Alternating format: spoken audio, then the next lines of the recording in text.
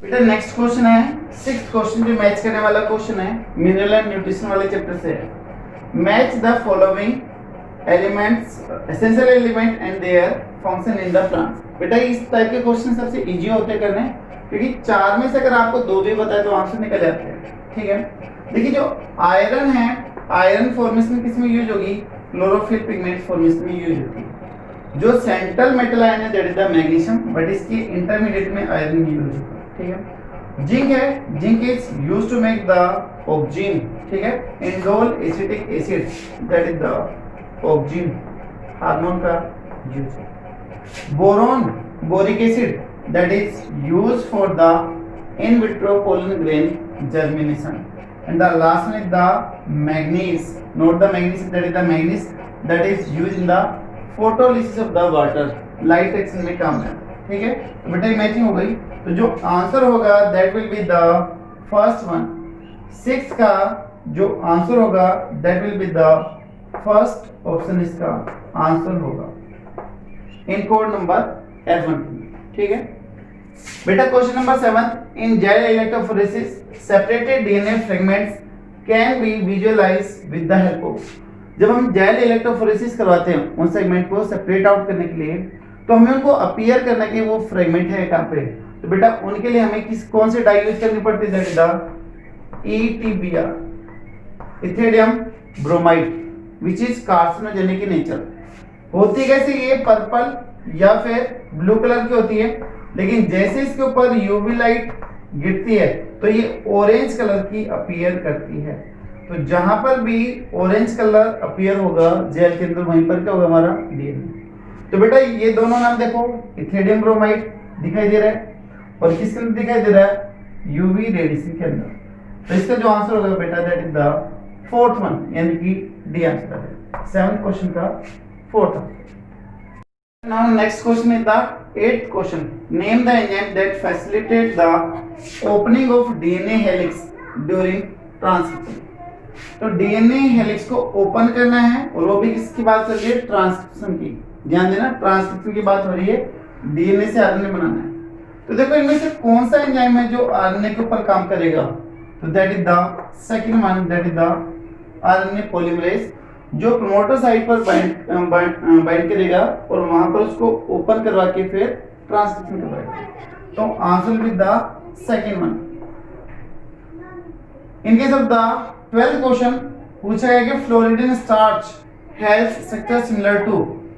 Plant kingdom का question है, तब आप एल्गी पढ़ते हो तो वहां पर ये चीज पूछी जाती है कि किससे सेम है floridean starch? That is similar as the amylopectin and the glycogen.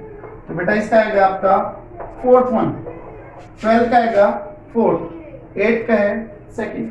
ठीक है, उसके बाद में बेटा question number 19, the product of reaction catalysed by the nitrogenase in root nodule of leguminous. यानी कि अगर नाइट्रोजन फिक्सेशन हो रही है, नाइट्रोजनेज एंजाइम करने लग रहा है, तो लास्ट में क्या बनेगा बेटा? एनसीईआरटी के अंदर इक्वेशन गिवन है जिसके अंदर अमोनिया के 2 मॉलिक्यूल और प्लस में H आयन निकलते हुए दिखाई दे रहे हैं। ठीक है, तो आंसर आ जाएगा that is the second one, ammonia and the hydrogen. तो 19th का हो गया बेटा आपका सेकंड ऑप्शन। 20th क्वेश्चन है, name the plant growth regulator which act upon spraying on sugarcane crop increase the length of the stem thus increasing the yield of the sugarcane crop। बेटा यानी कि ये पूछ रहे कि प्लांट ग्रोथ रेगुलेटर यानी कि प्लांट हार्मोन की बात करने लग रहे हैं। कौन सा हार्मोन है जो स्टेम के इंटरनोड के साइज को क्या करेगा? इंक्रीज करेगा। स्टेम के साइज को क्या करेगा? इंक्रीज करेगा, लेंथ को बढ़ाएगा। तो हमें पता है कि तब इंटरनोड को बढ़ाना हो, क्योंकि सुगरकेन में तो यूज पार्ट कौन सा है? इंटरनोड। तो बेटा वहां पर इंटरनोड को जो बढ़ाने वाला hormone that is the gibberellin. तो 20th क्वेश्चन का आंसर होगा that is the fourth one. Now next question is the 21st, the body of the ovule is fused with the funicle egg. Question है कि जो ovule है वो funicle से किस पॉइंट पर अटैच होगा? मान लो ये ओव्यूल है, इसके नीचे ये फ्यूनिकल है, तो that region is known as the hilum या फिर हाइलम। ठीक है, तो हिलम या हाइलम। तो बेटा आंसर आएगा इसका थर्ड वन। 21st का आंसर थर्ड। नेक्स्ट वन है the process of growth is maximum, maximum पूछ रहे हैं ड्यूरिंग, किसके अंदर सबसे ज्यादा होगी बेटा? देखो ये तीनों की तीनों एक ही चीज है, जिनमें कम होगी सेनेसेंस में कम होगी, डोरमेंसी में कम होगी, लैग फेज में कम होगी। तो इवन ये भी पूछ सकते थे कि which one is the odd with respect to the growth, इन तीनों में कम हो रही, सिर्फ इसमें ज्यादा होगी, तो इसका आंसर क्या आएगा? थर्ड आंसर आएगा। क्वेश्चन फर्स्ट का थर्ड आंसर, 22nd का थर्ड आंसर। नेक्स्ट वन है which of the following region of the global exhibit the highest speech diversity, सबसे ज्यादा जो मैक्सिमम बायोडायवर्सिटी वो कहां पर है बेटा? हिमालय में, अमेजन में, वेस्टर्न घाट ऑफ इंडिया में, या फिर आपका मगर के अंदर? तो बेटा जो मैक्सिमम बायोडायवर्सिटी है, जो सबसे बड़ा रीजन है, जिसको लंग्स ऑफ अर्थ बोलते हैं, वो उसके अंदर सबसे ज्यादा है, तो that is the Amazon forest, dense forest. तो इसका आंसर आ जाएगा आपका that is second one. Next question बेटा 30, which is the important site of the formation of glycoprotein and the glycolipid in eukaryote? बेटा इन प्रोटीन और लिपिड के साथ में ग्लाइको का जुड़ना, दैट इज द ग्लाइकोसाइलेशन, और जो ग्लाइकोसाइलेशन काम है वो किसका है? गोल्गी बॉडी का है, ठीक है।